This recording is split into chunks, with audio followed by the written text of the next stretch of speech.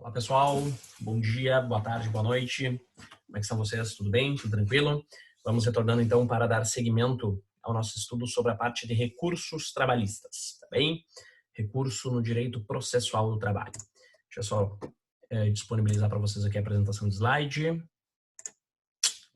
Muito bem. Então, veja bem pessoal, nós falamos no último vídeo então sobre a parte dos princípios para princípios recursais. E agora eu quero conversar com vocês sobre os efeitos, efeitos dos recursos no processo do trabalho, pessoal, né? Ou seja, nesse caso aqui, pessoal, nós estamos falando de como que os recursos, digamos assim, como é que eles impactam efetivamente o processo. Nós temos 5 efeitos, pessoal, nos recursos, tanto em matéria de processo civil quanto em processo de trabalho, pessoal, são 5, ok? O primeiro deles, pessoal, é o mais natural que nós temos, tá? O efeito devolutivo, ele literalmente, pessoal, ele atua como digamos assim, poderíamos dizer que ele é o efeito que devolve, por isso devolutivo, tá? Ele devolve a jurisdição ao Estado, tá? Funciona mais ou menos da seguinte forma, pessoal, tá? Como é que devolve para o Estado isso? Veja bem, quando o juiz, pessoal, ele decide, quando o Tribunal Regional do Trabalho, ele decide, tá? Nós temos literalmente, pessoal, o exercício da jurisdição, tá? Então, veja bem, o juiz, quando ele sentencia, ele exaure a sua jurisdição. Ele encerra, tá, a possibilidade sobre o Estado, ou melhor dizendo, a possibilidade do Estado decidir aquela matéria. Por quê? Porque o Estado está decidindo. Tá? Então, veja bem, pessoal, é mais ou menos a mesma regrinha, né, que nós falamos lá. Mesma regrinha não, na verdade a preclusão pro judicato, certo? O juiz, ele tem uma oportunidade de sentenciar aquele processo, tá? Obviamente, pessoal, desconsiderando hipóteses de nulidades, certo? Então, ele tem uma oportunidade. Sentenciou, está sentenciado. A partir do momento em que o juiz sentenciou, literalmente, pessoal, exauriu-se a jurisdição. Se não houver uma provocação, pessoal, se não houver um recurso, tá, o Estado ele não poderá mais se manifestar sobre sobre aqueles determinados fatos e sobre aqueles determinados pedidos. Tá? Então, veja bem, é mais ou menos isso, pessoal. Tá? O recurso, ele funciona como, digamos assim, um instrumento para devolver ao Estado a possibilidade de, mais uma vez, se manifestar sobre aqueles fatos e sobre aqueles fundamentos. Então, observem, a partir do momento em que se teve a sentença, exaure-se a jurisdição. Mas se uma das partes recorrer, tá, o efeito devolutivo vai devolver ao Estado, ainda que através de um tribunal, um outro órgão jurisdicional, a possibilidade de, mais uma vez, se manifestar sobre aquela matéria. Certo? Tranquilo, pessoal? Então, aqui nós visualizamos, né, o chamado efeito devolutivo. Isso é importantíssimo, pessoal, compreender esse efeito. Tá? Sobre o chamado efeito suspensivo, pessoal. Tá? O efeito suspensivo, ele é o que nós chamamos, digamos assim, né, de efeito inibidor da sentença, tá? Pelo menos provisoriamente. Tá? Ou seja, suspende-se provisoriamente, pessoal, os efeitos da sentença. Bom, o que nós precisamos compreender, pessoal? O que nós precisamos ter em mente, né, em ciência? Que no processo de trabalho, pessoal, não existe recurso com efeito suspensivo, certo? O artigo 893, pessoal, da CLT, ele estabelece que os recursos no processo de trabalho, eles possuem, em regra, somente o efeito devolutivo, tá? Que eles não possuem efeito suspensivo, ok? Então, veja bem, quando nós estivermos falando, pessoal, de recurso ordinário, estamos falando de recurso de revista, estamos falando de embargos no TST, de embargos de declaração. Então, quando nós estivermos falando desses recursos, pessoal, nós não teremos efeito suspensivo, beleza? Os embargos, pessoal, eles possuem, né, os embargos, sim, eles têm uma situação especial, que eles possuem um efeito interruptivo dos prazos recursais para os chamados recursos principais, tá? Mas isso a gente vai analisar especificamente lá para o recurso de embargos. Muito bem. E o que... Bom, mas aí então, pessoal, né, como é que funciona esse efeito suspensivo no processo de trabalho? Bom, naturalmente, pessoal, não existe efeito suspensivo, então, por conta do 893 da CLT. Mas nós precisamos compreender, e aí Carlos Henrique Bezerra Leite, pessoal, ele trata desse aspecto, ele acaba tratando, né, digamos assim, esta forma, né, dizendo o seguinte: a parte, né, ela obviamente não tem um efeito suspensivo a partir do recurso, mas ela poderá, a partir do momento em que o recurso foi distribuído no tribunal, tá, ela poderá então protocolar uma medida cautelar, na verdade vai protocolar uma ação, tá, que se baseia num pedido cautelar, ok, numa segurança cautelar, para, através desta ação cautelar, ela dar efeito suspensivo ao recurso. Então, veja bem, pessoal, o que nós temos nesse caso? O recurso, por exemplo, um recurso ordinário, que ele chega até o Tribunal Regional do Trabalho, ele não tem efeito suspensivo. Mas a parte pode protocolar uma ação cautelar e, através dessa ação cautelar, o tribunal poderá dar efeito suspensivo. Tá? O recurso não tem um efeito suspensivo. É a ação cautelar que vai prover esse efeito suspensivo. Tá bem? Tranquilo? Um exemplo, pessoal, de situação que poderia ocorrer. Imaginem que em sentença, pessoal, tá? Inclusive eu tinha um processo desses tempos atrás, tá? E eu estava, né, literalmente morrendo de medo, pessoal, né, que o juiz desse uma decisão controversa, tá? Um trabalhador, membro do conselho fiscal, tá, de um sindicato, foi dispensado por um cliente meu. E o que ele fez, pessoal? Ajuizou uma reclamação trabalhista pedindo estabilidade, certo? E aí eu fiquei naquele temor, né, pessoal? Vai que eventualmente o juiz determine a reintegração em sentença. Neste caso, pessoal, se o juiz determinasse a reintegração em sentença, o que caberia a mim fazer? Protocolar o recurso ordinário, né? Se o juiz tivesse reconhecido a estabilidade, protocolar o recurso ordinário para tentar reformar, obviamente, a sentença, né? Porque membro do Conselho Fiscal não tem estabilidade garantida pela CLT, certo? E ao mesmo tempo, pessoal, após, né, o recebimento do recurso ordinário pelo tribunal, protocolar uma ação cautelar para suspender os efeitos da sentença, tá?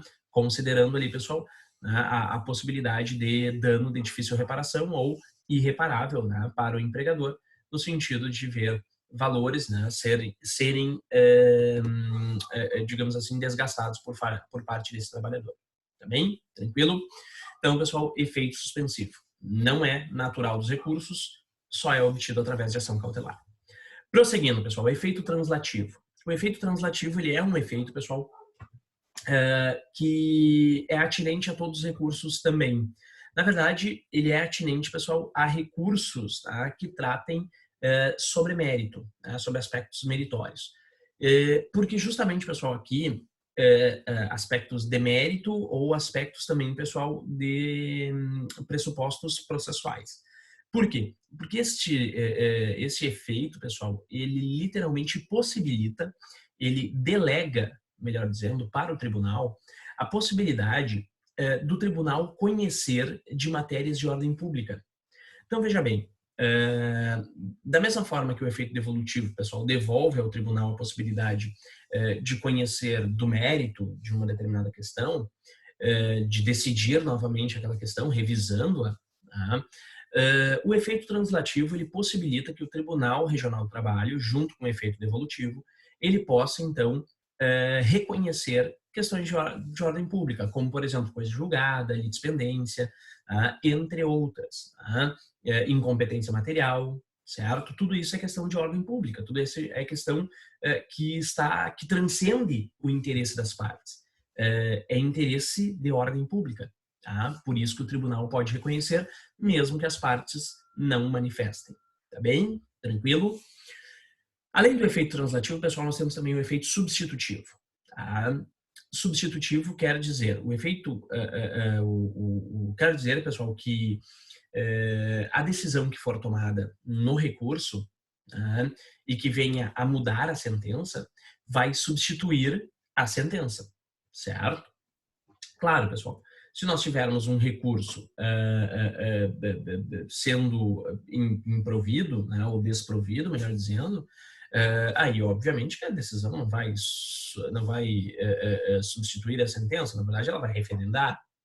Mas, se nós tivermos um recurso, pessoal, que ele venha a ser provido, certo? E automaticamente esse recurso modifique a sentença, esse recurso, pessoal, ele vai ter efeito devolutivo para que, então, a decisão do acórdão substitua a sentença. Beleza? Tranquilo? E, por fim, o efeito extensivo. Esse efeito, pessoal, ele é visualizado apenas quando nós temos litisconsórcio. A decisão, pessoal, do recurso do litisconsorte vai também se estender aos demais. Obviamente, pessoal, desde que não sejam conflituosas, desde que não exista tese conflituosa. Tá? Por exemplo, isso é muito comum, pessoal, quando nós temos a hipótese de responsabilidade subsidiária ou solidária. Tá? Então, por exemplo, numa terceirização, imaginem que o trabalhador, melhor dizendo, o empregador e a terceirizada foram condenados a pagar horas extras para o trabalhador. Obviamente, pessoal, que se eventualmente, imaginem que somente a tomadora de serviço tenha, ou seja, a terceirizada, né? Melhor dizendo, a terceirizante, somente a tomadora de serviço recorreu para o tribunal, alegando que, na verdade, alegando não, enfim, pedindo a reforma da decisão, porque, na verdade, o trabalhador não fez as horas extras. Observem que o real empregador não recorreu, certo? Somente a tomadora de serviço aqui recorreu. Bom, chegando no tribunal, o tribunal toma conhecimento do recurso, analisa o processo e verifica, realmente, o trabalhador não fez horas extras. A prova é muito frágil, certo? Muito bem. O que vai acontecer nesse caso, pessoal?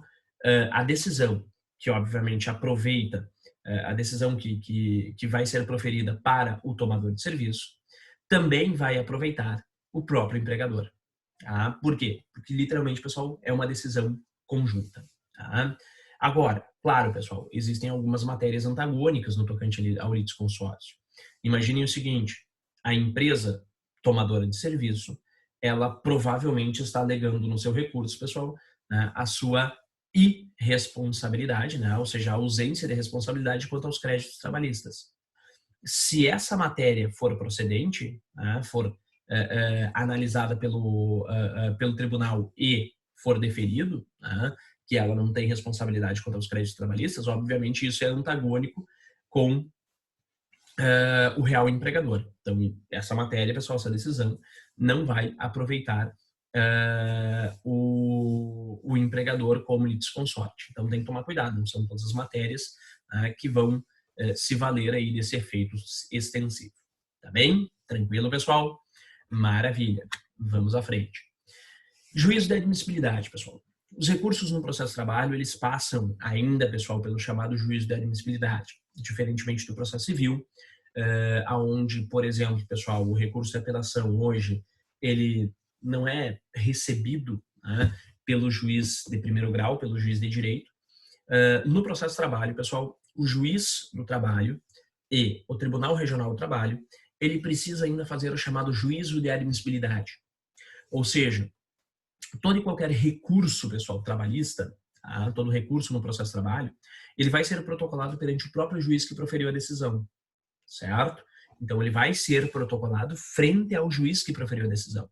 E o juiz que proferiu a decisão, pessoal, é que vai, dependendo do caso, proferir o juízo de admissibilidade e, então, encaminhar esse recurso para o Tribunal Regional do Trabalho ou para o TST, se for o caso. Certo? Então, imaginem, pessoal, foi proferida a sentença e eu me resignei, quero recorrer. Vou protocolar o recurso perante o juízo que proferiu a decisão, ou seja, perante o juízo ACO. Esse juízo ACO vai fazer o primeiro juízo de admissibilidade. Ele pode receber ou não. Se ele receber, pessoal, o meu recurso vai para o tribunal. Se ele não receber, eu tenho que tomar providências para tentar para atacar esse juízo de admissibilidade e defender o meu recurso. Tá? Eu vou fazer isso através de um outro recurso, um segundo recurso, que é o recurso de agravo de instrumento. Beleza? Muito bem. Recebido no tribunal, pessoal, o meu recurso passa por um segundo juízo de admissibilidade, que é o juízo de admissibilidade no juízo ad quem. Tá? E aí, consequentemente, pessoal, esse recurso pode ser recebido também ou não. Certo? Tranquilo? A exceção, pessoal, os embargos de declaração, eles não têm juízo de admissibilidade. Por quê? Porque eles são proferidos pelo próprio juiz que proferiu a sentença. Pelo próprio juízo, porque os embargos de declaração eles cabem em qualquer hipótese decisória. Logo, pessoal, com exceção, obviamente, de decisões interlocutórias, cabe em qualquer hipótese de sentença. Logo, pessoal, pode ser cabível também no tribunal ou até no TST. Tá bem? Tranquilo? Muito bem. Prosseguindo, pessoal. Questão referente a pressupostos. Tá? Os pressupostos são uma parte importante, pessoal, dos recursos. Por quê? São determinados elementos que a parte ela precisará cumprir, que a parte ela precisará, literalmente, pessoal, fazer. Na verdade, não somente a parte, são elementos subjetivos que dizem respeito à parte e também são elementos objetivos que dizem respeito ao objeto, à própria demanda. Tá? Então, veja bem, pessoal. Como pressupostos recursais subjetivos. Nós temos aqui o aspecto da legitimidade, ou seja, obviamente, pessoal, a parte que está recorrendo, ela precisa observar esse critério de legitimidade, ou seja, ela precisa ser parte legítima. Tá? Então, podem recorrer, obviamente, pessoal, à parte vencida. Tá? Lembrem-se, pessoal, de um certo modo, a legitimidade ela tem uma certa relação com o interesse também. Tá? Então, parte vencida na fração no todo. Por quê? Se eu não fui vencido, pessoal, eu não tenho interesse no recurso. Por isso, parte vencida tem legitimidade para recorrer. Também, pessoal, o terceiro interessado, se for o caso. Tá? Um exemplo de um terceiro interessado, talvez, enfim, Carlos Henrique Bezerra Leite, por exemplo, entende que o perito, por exemplo, ele pode ser um terceiro interessado. Por exemplo, defendendo seus honorários. É o caso. Ok? Tranquilo? E também, pessoal, o Ministério Público do Trabalho. Beleza? Muito bem. Legitimidade, né? Obviamente, pessoal, aí, determinada legitimidade que vai ser verificada, né, no tocante à contextualização da sentença por conta do artigo 499 do CPC. Tá? No tocante à capacidade, pessoal, nós estamos falando aqui de capacidade processual. Tá? Isso quer dizer, e a capacidade processual, nós precisamos nos lembrar lá do processo de trabalho, quando estudamos em processo de trabalho, se subdivide em capacidade de ser parte, tá? E capacidade de estar em juízo. Beleza? Capacidade de ser parte, todo mundo que nasce com vida, pessoal, tem capacidade de direito, consequentemente tem capacidade de ser parte, certo? Por exemplo, até mesmo um nascituro, pessoal, tem direitos sendo preservados em uma determinada ação trabalhista, por exemplo. Tá? Imaginem o nascituro, o herdeiro de um pai que faleceu num acidente de trabalho. Tá? Obviamente, tem direito de estar em juízo e tem direito, o pessoal tem os seus direitos assegurados, certo?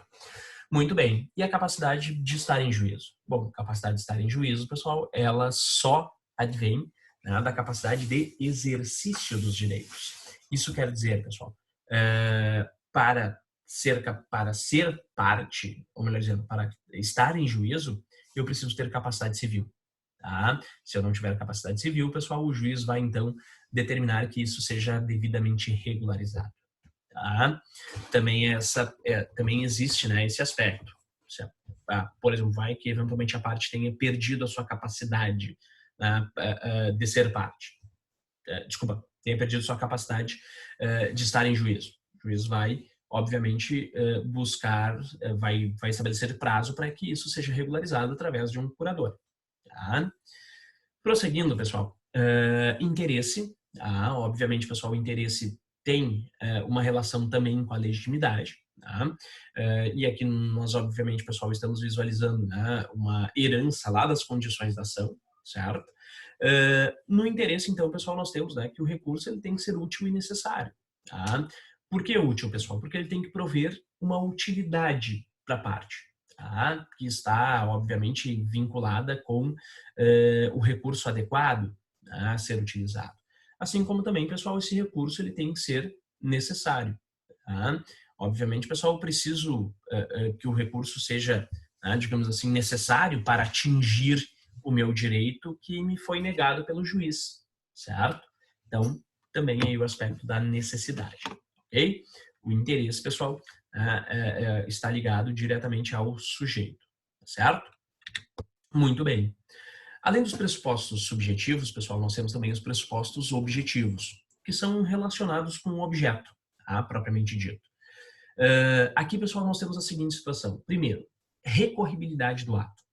Quando nós falamos em recorribilidade do ato, pessoal, nós precisamos observar que nem todas as decisões no processo de trabalho elas podem ser recorríveis de imediato, certo?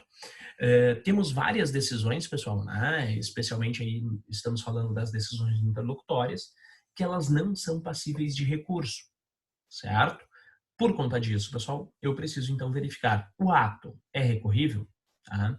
É perfeito, tranquilo. Não é? Bom, então eu preciso, né, obviamente, aí, aguardar, tomar uma outra atitude nesse momento e aguardar o momento adequado para o recurso. Beleza? Muito bem. Adequação, pessoal. Adequação está vinculado diretamente àquele aspecto do princípio da fungibilidade que nós falamos, né, no vídeo anterior, certo? Obviamente, pessoal, para que eu tenha o efeito adequado, eu preciso utilizar o recurso adequado. Eu não posso, pessoal, utilizar um recurso de revista para obter o efeito de um recurso ordinário. Eu não posso utilizar um recurso de embargo de declaração para obter o efeito de um agravo de instrumento, certo? Eu preciso utilizar o recurso adequado para atacar aquela decisão que me causa prejuízo nesse momento, certo? Tranquilo? Muito bem. Questão referente, pessoal, à tempestividade. Tá? Tempestividade também é um requisito, pessoal, não um pressuposto objetivo necessário para com o tempo. Tá?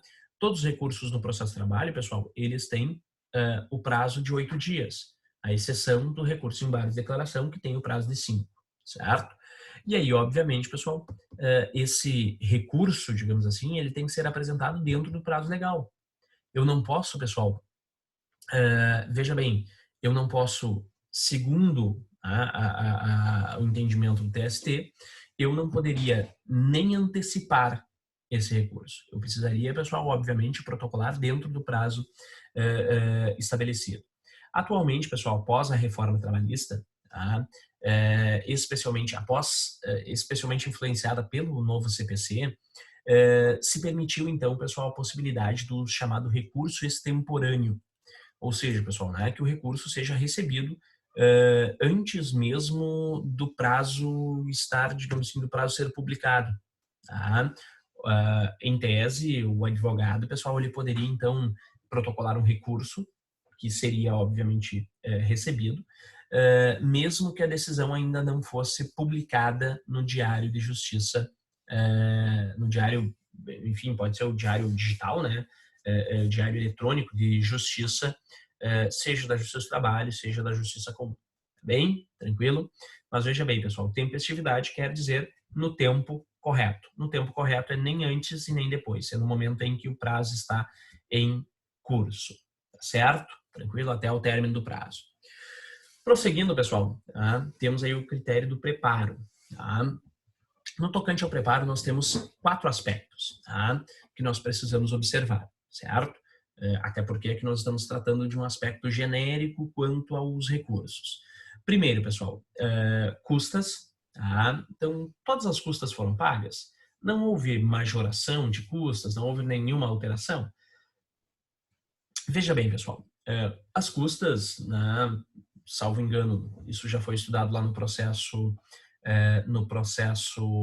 do trabalho, tá? Mas nós temos que lembrar, pessoal, que custas no processo do processo de trabalho em si, elas são vinculadas ao valor da condenação ou ao valor de causa, certo? Valor da condenação, pessoal, se eventualmente nós estivermos falando de uma condenação de um réu empregador. Tá?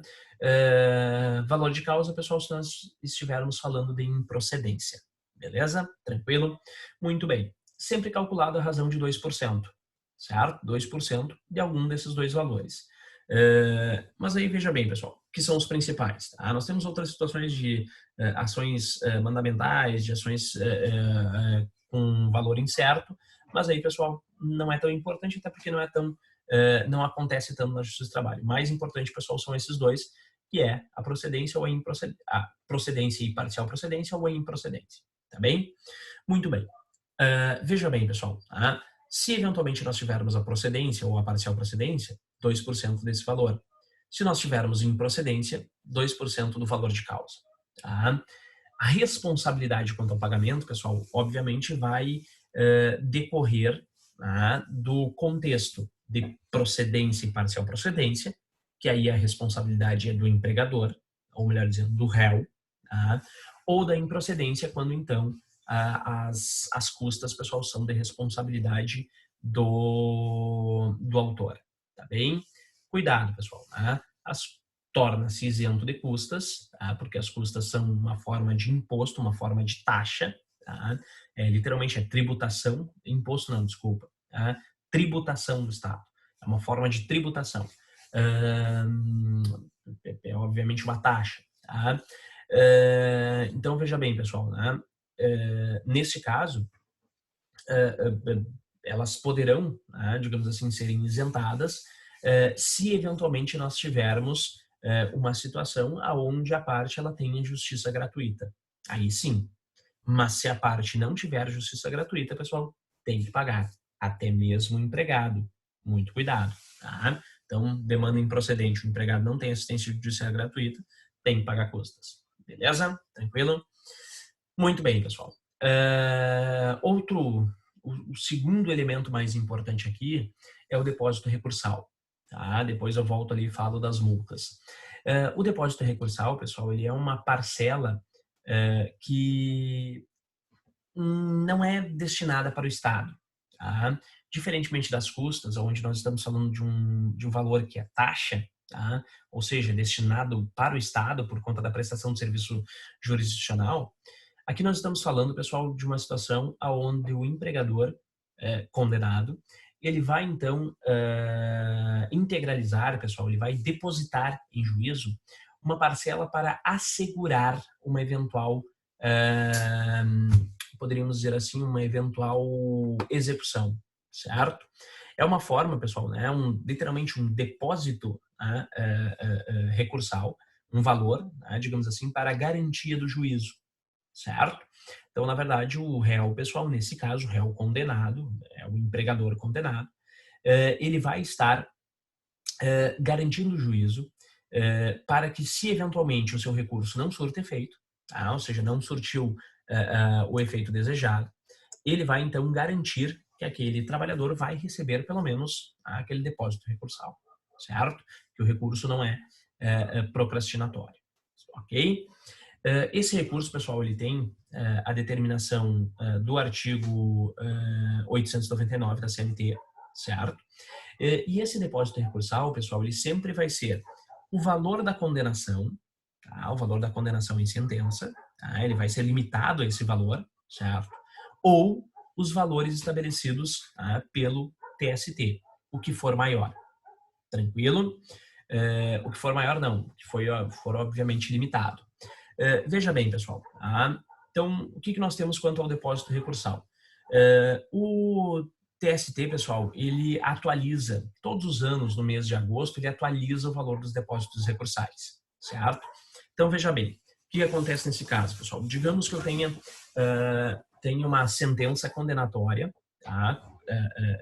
Contra mim, enfim, eu sou o empregador que não foi condenado na Justiça do Trabalho. E a sentença condenatória, pessoal, é uma sentença de R$7.000. Tá? Muito bem. Atualmente, pessoal, nos dias atuais, o valor do depósito recursal é em torno de 9.693 com alguns centavos, certo? Muito bem. Aí vocês observem o seguinte, eu fui condenado, pessoal, a uma sentença de R$7.000, ok? Muito bem. Pretendo recorrer. Para recorrer, pessoal, eu não preciso depositar o valor de 9.600 e poucos reais. Não. Basta que eu deposite o valor de 7.000. Tá? E automaticamente está garantido o juízo. Beleza? Tranquilo? Agora, pessoal, se eu tiver uma sentença, por exemplo, de 25 mil reais, foi condenado, né, e o juiz estipulou como valor de condenação na sentença o valor de 25 mil reais. Detalhe, pessoal, esse valor de condenação é para mera estipulação fiscal, tá? Não é para fins digamos assim, não é o valor que o empregado vai receber ou que, digamos assim, o réu vai pagar, tá bem? Então, fui condenado, pessoal, a uma sentença, né, cujo valor foi estipulado pelo juiz para fins fiscais de 25 mil reais, certo? Muito bem. Quero protocolar um recurso ordinário. Preciso recolher, então, pessoal, 9.693 reais com alguns centavos, conforme disposição do TST. Nem um centavo a mais, nem um centavo a menos. Beleza? Tranquilo? Muito bem. Protocolei o meu recurso ordinário, foi para o Tribunal Regional do Trabalho. Tá? O Tribunal Regional do Trabalho manteve a sentença. Mas eu entendo que tem possibilidade ali de haver um recurso de revista. E quero recorrer para o TST. Pois bem, pessoal, se eu quero recorrer para o TST, então eu tenho que verificar se eu tenho que realizar um outro depósito recursal. E tenho, tá? Até o limite da condenação. Até o limite da condenação, pessoal, eu preciso ir depositando. Tá? Praticamente todos os recursos hoje, pessoal, à exceção dos embargos de declaração, possuem a necessidade de depósitos recursais. Então, eu preciso, obviamente, fazer depósito se eu quero recorrer para o Tribunal Superior do Trabalho, tá? Até o limite da condenação. Tá? Sempre eu preciso observar, pessoal, tá? Ou o limite da condenação, ou o limite, pessoal, o limite ali estabelecido pelo TST. Tá bem? Tranquilo? Então, depósito recursal. Além do depósito recursal, pessoal, e das custas, nós temos também as chamadas multas. Tá? Existem hoje, pessoal, estabelecidas pelo CPC, duas espécies de multas. Tá? Então, primeiro, pessoal, a multa dos embargos procrastinatórios, tá? Estabelecida lá pelo artigo 1026, tá? Parágrafo 2º do CPC, e também, pessoal, a multa por agravo de instrumento, tá? Do artigo 1021, parágrafos 4º e 5º do CPC.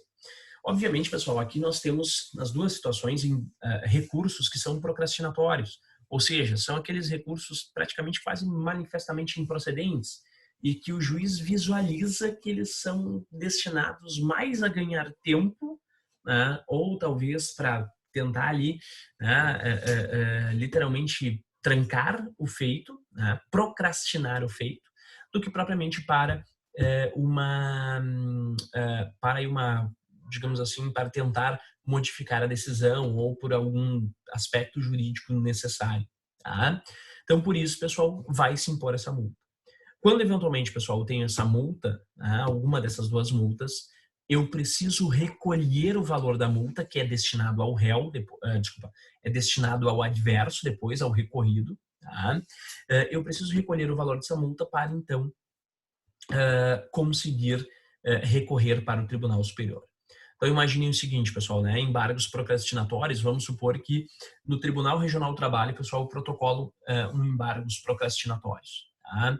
E aí o desembargador, ao decidir os embargos de declaração, ele me multa no valor aí de 2%, por exemplo, certo? Nesse caso, pessoal, para recorrer para o TST, além das custas, se houver, do depósito recursal, se houver, eu preciso também recolher a multa, tá? Que agora existe por decisão do desembargador. Tá bem? Tranquilo, pessoal? Belezinha? Prosseguindo, regularidade da representação. Tá? Um aspecto que também é muito importante, pessoal, no tocante aos recursos. Tá? Aqui nós temos que visualizar, pessoal, que o recurso, e geralmente, pessoal, os recursos são assinados por advogados, né? À exceção daqueles aonde a parte faça uso do juspostulante. Eu preciso, então, verificar, pessoal, se eu tenho poderes para tanto nos autos. A regularidade da representação, pessoal, diz respeito à procuração que o advogado faz uso, né, para a representação do cliente. Obviamente, pessoal, se eu assino um recurso para o qual eu não tenho poderes para tanto, esse recurso ele não vai ser recebido. Tá? E, aliás, pessoal, importante observar que, em que pese seja entendimento do TST, os tribunais regionais de trabalho são bem reticentes, pessoal, em aplicar, se eu não me engano, é a regra do artigo 105 do CPC, que determina, pessoal, o prazo de 5 dias para a retificação, tá? Para a regularização da representação. Tá? No processo de trabalho, geralmente, pessoal, não se aplica. Tá? E aí, claro, você vai me dizer o seguinte, tá, mas Matheus, o TST entende que se aplica. Não, tudo bem, pessoal, mas aí literalmente nós entramos numa discussão, tá, que pode ser perigosa. Tá? Então, a dica, pessoal, sempre é cuidar no momento em que vai protocolar um recurso, verificar se tem procuração nos autos. Bem? Tranquilo? Muito bem.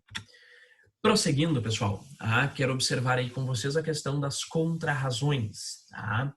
As contrarrazões, pessoal, elas são, obviamente, uma figura presente no processo de trabalho também. Tá? Por quê? Porque é o momento em que a parte adversa, a parte recorrida, pode se contrapor, tá, ao recurso que foi protocolado pelo seu adverso. Tá? Veja bem, pessoal, as contrarrazões, elas literalmente, pessoal, são um exercício de argumentação. Tá? As contrarrazões, pessoal, elas não são obrigatórias para o processo. Tá? O processo ele vai acontecer, ou melhor dizendo, para o processo, não, para o recurso, desculpa. O recurso ele vai acontecer, ele vai prosseguir, pessoal, mesmo sem as contrarrazões. Mas veja bem, tá? As contrarrazões, pessoal, elas não têm a mesma, digamos assim, a mesma importância que uma contestação, tá? Em que pese seja baseado nos mesmos princípios, que é o contraditório e ampla defesa. Tá? Por quê? Na contestação, pessoal, se eu deixo de contestar o feito, obviamente, nesse caso, eu tenho uma situação de revelia. Tá? Já se eu deixo, pessoal, de contrarrazoar, tá? Eu simplesmente perdi uma oportunidade de argumentação. Mas isso não quer dizer, pessoal, que o recurso vai ser provido. Tá? Então, veja bem, as contrarrazões, pessoal, elas são bem, digamos assim, elas são necessárias, desculpa, elas são importantes, mas não são necessárias, tá? Não são imprescindíveis, tá bem? Tranquilo? Muito bem. Regra de contagem de prazo, pessoal, né? O mesmo prazo do recurso. Tá? Então, o artigo 900 ali estabelece, tá? Mesmo prazo do recurso, mesmas regras para a contagem. Lembrando também, pessoal, nesse caso aqui, a possibilidade da utilização do chamado recurso adesivo. Já falamos anteriormente, né, lá na classificação dos recursos, né, no vídeo anterior a esta edição. Falamos do recurso adesivo. Obviamente, pessoal, o recurso adesivo ele tem cabimento no processo de trabalho no mesmo momento em que as contrarrazões de recurso serão protocoladas. Tá bem? Tranquilo aqui, pessoal? Muito bem. Sobre os chamados recursos em espécie, só observando aqui, pessoal, o artigo 893 da CLT, então, nós chegamos a visualizar, pessoal, lá no princípio da taxatividade, todos os recursos no processo de trabalho são previstos na legislação. A exceção, pessoal, do agravo regimental, que é previsto nos regimentos dos tribunais regionais de trabalho. Tá? Mas veja bem, então, o artigo 893, pessoal, ele prevê quatro tipos de recursos. Tá? Os embargos, certo? Que são um recurso, um recurso destinado, pessoal, um recurso interno do TST, é um recurso de natureza extraordinária, pessoal, não serve para analisar matéria de fato, é tão somente matéria de direito, e serve literalmente, pessoal, para evitar divergências, né? Para formar uma decisão segura da turma. Né? É cabível, pessoal, apenas no TST, certo? Recurso ordinário, pessoal, serve para atacar decisões de primeira instância para a segunda, tá? Tanto se a primeira instância for o juiz do trabalho, como o Tribunal Regional do Trabalho.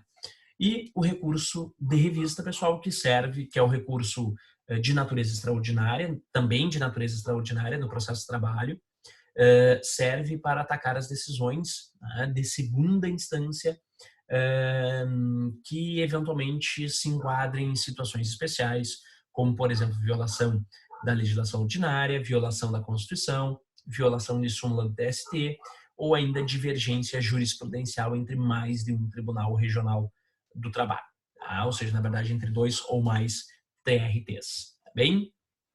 Agravo, pessoal, os agravos, tá, em 2 possibilidades: o agravo de instrumento, que é destinado unicamente para ataque de decisões interlocutórias de juízo de admissibilidade, tá, que é um juízo de admissibilidade, ou ainda, pessoal, o agravo de petição, que é a mesma coisa praticamente que o recurso ordinário, só que na execução, tá? Ataca decisões definitivas ou terminativas do feito na execução, tá bem?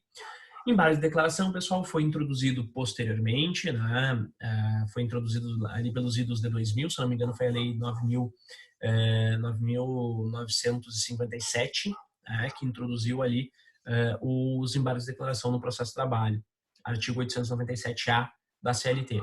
E o recurso adesivo, já observamos ali atrás, pessoal, né? Que é possível de ser empregado no processo de trabalho. Bem tranquilo aqui, pessoal?